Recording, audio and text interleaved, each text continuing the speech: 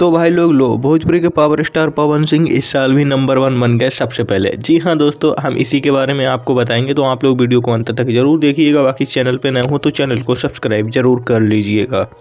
तो देखिए दोस्तों, जैसा कि हम सभी को पता है कि भोजपुरी के पावर स्टार पवन सिंह का एक गाना आया है उनके जन्मदिन पर, जिस गाने का नाम है आरा के ओट लाली। और ये गाना नंबर 1 ट्रेंडिंग में ट्रेंड भी कर रहा है। बहुत सारे बॉलीवुड के पुष्पा, साउथ वगैरह के गाने आए, लेकिन पवन सिंह से नीचे ही रह गए। यानी कि इस साल भोजपुरी में सबसे पहले नंबर 1 ट्रेंडिंग पवन सिंह ने ही पाई है। चलिए वो तो रही यूट्यूब की बात, अब बताते हैं आप सभी को इंस्टाग्राम के बारे में। जी हाँ दोस्तों, इंस्टाग्राम पर भी ये गाना सबसे पहले भोजपुरी में सबसे पहले नंबर 1 ट्रेंडिंग में चला है। जी हाँ दोस्तों, ये गाना इसी साल रिलीज हुआ है और अभी मात्र 4 दिन हुए हैं और ये गाना इंस्टाग्राम पर नंबर 1 पर ट्रेंड कर रहा है। और वहीं 2.5 लाख से ज़्यादा इस गाने पर रील्स बन चुकी हैं।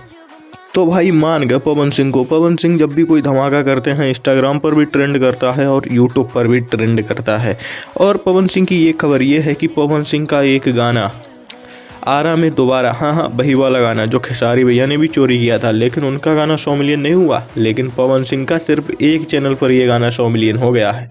बाकी अगर ऑल ओवर की बात करी जाए तो ये गाना 250 मिलियन पार है।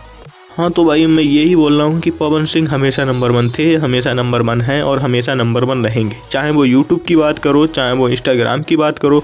और रही बात 100 मिलियन सबसे ज़्यादा किसके पास है, तो 4 या 5 साल तक पवन सिंह ऐसी धमाका करते रहे, फिर देखना नंबर 1 पवन सिंह ही होंगे, क्योंकि पवन सिंह ही तो कहते हैं। जो पवन सिंह ने कर दिया है ना, उसी पे रेंगे हो।